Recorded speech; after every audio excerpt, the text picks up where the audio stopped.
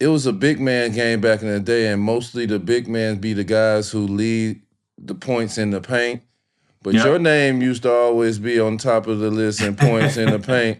And, you Crazy. know, their defense for you is to try to hit you for Yeah. coming in the Yeah. paint.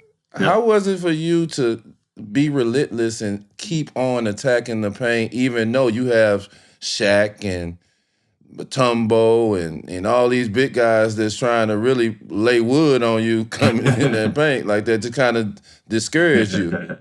No, but I was fearless, Dimas. I was just fearless. I just loved penetrating, and when I first arrived in the league, that was my main weapon. To be fast and to create stuff for my teammates.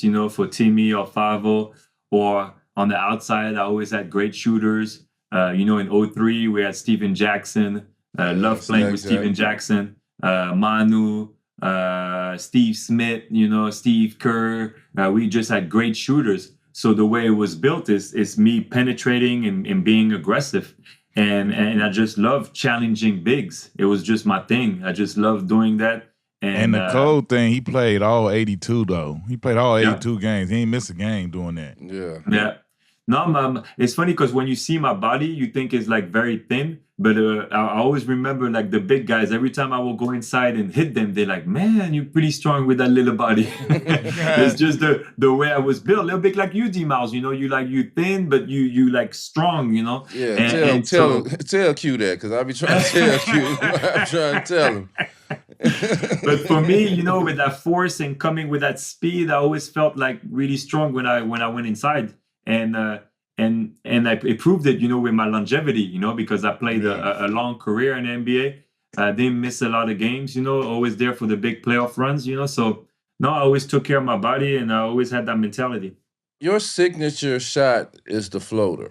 Yes. You done floated from the free throw line, Yep. almost 3-point line. Spinning, You know what I'm saying? floating. When did that come like your ultimate go to? Like this was like, I can do that, because everybody can't float the ball like that. You got to have And touch. especially You me, got I to do it have with 2 that. feet. Yeah, I do it off 2 feet. Yeah, Yeah, yeah, yeah. exactly. So No, how you was need to have a good touch. You need to have a good touch. You need to have a good control of your body and speed and when to do it, because it's all about timing and rhythm, the way you're going to do it, the teardrop. People think, when you see it, it's easy, but when you do it a game at full speed and do it at you the have to right stop moment, and like slow that, the and bigs, they off rhythm, to try to block your shot.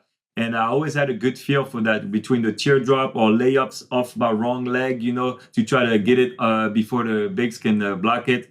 I always had a good feel for that since I was a kid because I was not very tall. I was very skinny and very small. It took me a while, to grow. And so to score the basketball, it was the only way. It was to shoot teardrops, So I've been doing this since I'm a little kid. yeah, And that's so when I Hilarious. first arrived in the NBA, that was a great first weapon for me to be able to score and be aggressive and put pressure on the defense, to be on the paint and either a pass or either a shoot. To try to find that happy middle, between scoring and passing. And teardrop, it was always my thing. And I remember when I arrived in San Antonio, they had the Iceman, with the finger roll. But Yeah. me, Yeah. I said, I'm going to do the teardrop off 2 legs. That'll be my But shot. Everybody will know me for that shot. definitely is, definitely is.